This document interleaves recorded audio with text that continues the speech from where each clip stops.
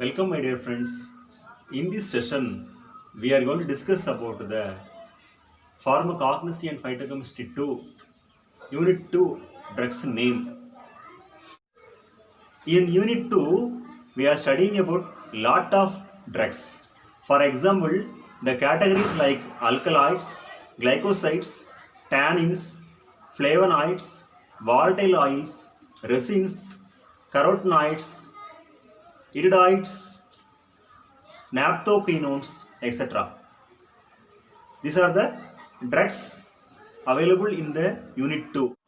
In this topic, the first one is alkaloids. So in alkaloids, there are 4 drugs we are studying. Those are Vinca, Rauwolfia, Belladonna and opium.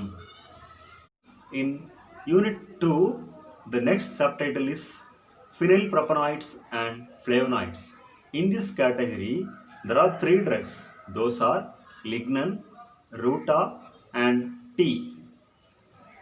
Next, in the same unit 2, the next subtitle is steroids, cardiac glycosides and triterpenoids. The drugs are digitalis, dioscorea and licorice. In next topic, we are studying about 5 drugs. The topic name is volatile oils. The drugs are coriander, fennel, clove, mentha and cinnamon. The next subtopic is tannins. The drugs are catechu and pterocarpus. In catechu, both black catechu and pale catechu, these are the important drugs. The next topic is resins. Under this, asafoetida, benzoin, myrrh, colophony, ginger and gugul. There are 6 drugs in this topic. The next topic is glycosides. The drugs are aloes, senna and bitter almond. The next topic is iridoids, triterpenoids and naphthoquinones.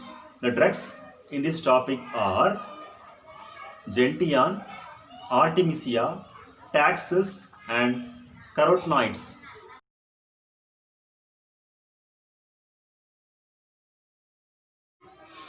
அனைவருக்கும் வணக்கம். இன்னைக்கு நம்மளுடைய வகுப்பில் நாம் படிக்கக்கூடிய பாடம் என்ன அப்படின்னா, பிஃபார்மசி செமஸ்டர் 5ல் pharmacognosy and phytochemistry 2 சப்ஜெக்டில் வந்து செகண்ட் யூனிட்டில் என்னென்ன க்ரூட் ட்ரக்ஸ் நேம்ஸ்லாம் இருக்குது அப்படிங்கிறத பற்றி தெரிஞ்சுக்கலான்னு இருக்கிறோம். சரியா? நம்மளுடைய செகண்ட் யூனிட்டில் நாம் நிறைய ட்ரக்ஸ் வந்து படிக்கிறோம். அதாவது ஆல்கலாய்ட்ஸ், கிளைகோசைட்ஸ், ஃப்ளேவனாய்ட்ஸ், டேனின்ஸ், அப்புறம் இரிடாய்ட்ஸ், other terpenoids, நாப்தோகுயினோன், volatile oils, resins, இந்த மாதிரி நிறைய சொல்லிகிட்டே போகலாம்.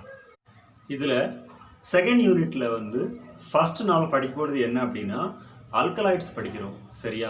அந்த ஆல்கலாய்ட்ஸில் வந்து மொத்தம் 4 ட்ரக்ஸ் படிக்கிறோம்.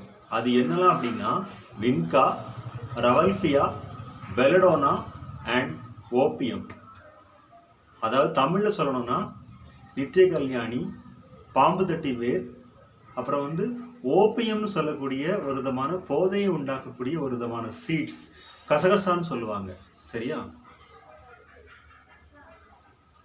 அடுத்து பெலடோனா அப்படின்னு சொல்லக்கூடிய சொலனேசிய ஃபேமிலியில் இருக்கக்கூடிய ஒரு ட்ரக்கை பற்றி படிக்கிறோம்.